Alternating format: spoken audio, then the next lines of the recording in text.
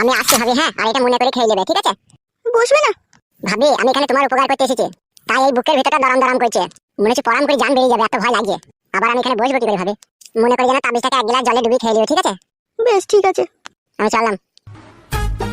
আর ভাবি, আর একটা কথা বলতাম, যদি কিছু মনে না করো। ছি ছি ছি, লজ্জা দিছো ভাই, তোমার কথা কি মনে করবো ভাই, তুমি আমার উপকার করতে এসেছো, বলো কি বলো। বলছি ভাবি, সবসময় বাড়ি এসে তো আর তোমার সাথে কথা বলা সম্ভব নয়, আমার বিশাল ভয় করে, তাই বলছিলাম একটা কথা। বলো ভাই। বলবো না, ভয় লাগছে। কি হলো বলো। বলছি কিছু মনে করবো না তো ভাবি, তোমার উপকারের জন্য বলছি।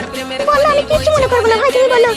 বলছি যদি ফাঁকা পাও আজকে সন্ধ্যাবেলায়, ঠিক আছে, তাহলে তোমার বাড়ির সামনে যে বাগান আছে ওইখানে একবার তুমি আসবে, আমি আরো তোমার দিকে খবর জানবো। তাহলে বাড়ি এসে বলছি তোমার কি অসুবিধা হবে? ভয় লাগে ভাবি, তোমার স্বামী যদি কখনো জানতে পারে আমি তোমার উপকার করছি, ঠিক আছে, তাহলে আমাকে মেয়ে 1.5 মনের বস্তায় ভরে নদী জলে ভাসিয়ে দেবে। বেশ, ঠিক আছে, শুনো। হ্যাঁ ভাবি বলো। শুনো, তুমি কখন আসবে কি না আসবে তখন তো আমি আর জানতে পারবো না, তুমি বাড়ির সামনে এসে জোরে একবার টুকি বলে চলে যাবে, হ্যাঁ, তাহলে আমি বুঝতে পারবো তুমি এসেছো, ঠিক আছে? আর তুমি ওখানে চলে যাবে, আর আমি 2-5 মিনিট পরে তখন যাবো, হ্যাঁ? বেশ বেশ ভাবি, তাই হবে ভাবি, একটু কি বলবে সে। বেশ, ঠিক আছে, এবার যাও। ও ভাবি, সত্যি রাস্তা তুমি বাইক দিচ্ছ, দাদা তাহলে আমার সুবিধা হবে। কি হলো, আমার মুখ মানে তাকাইছো? এমনি এমনি তাকালাম ভাবি, যাই আমি। চুকে না চাপা সুকে সাকুনা সাকুনা, আমি আর এখানে থাকবো না।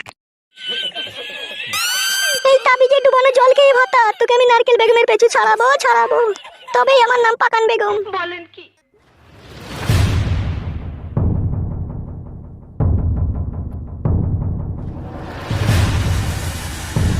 বড় ভাই, জীবনে যত চিন্তা তত ভাবনা, যত ভাবনা তত দুশ্চিন্তা, আর এই দুশ্চিন্তা আপনার ভিতরটাকে কুড়ে কুড়ে খাবে বড় ভাই। তোর কথা আমি সবই বুঝলাম, কিন্তু তোর বউদিকে কি করে বুঝাবো বলতে পারিস?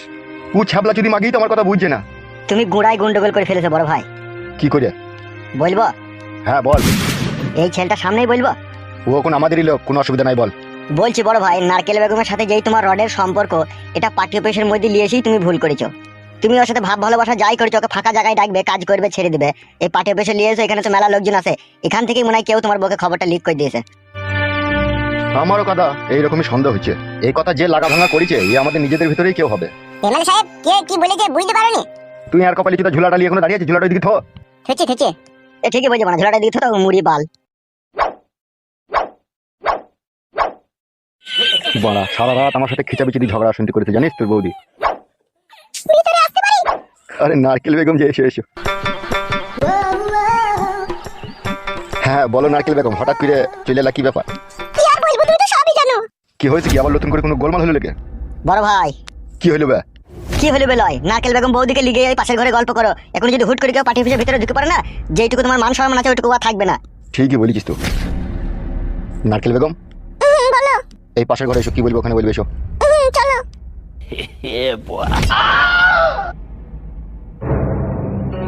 ও ভাই, বলি পাশের ঘরে কি কইতে গেল? তোমার বাকুড়িতে ইউরিয়া সার দিতে গেল বে। ও, ইউরিয়া সার দিতে গেল? আর তুই বা কে বে? তুই কি গান মারাইতে এসেছিস বে? আমাকে এমএলএ সাহেব নিয়ে এসেছে। কেন, কিসের জন্য?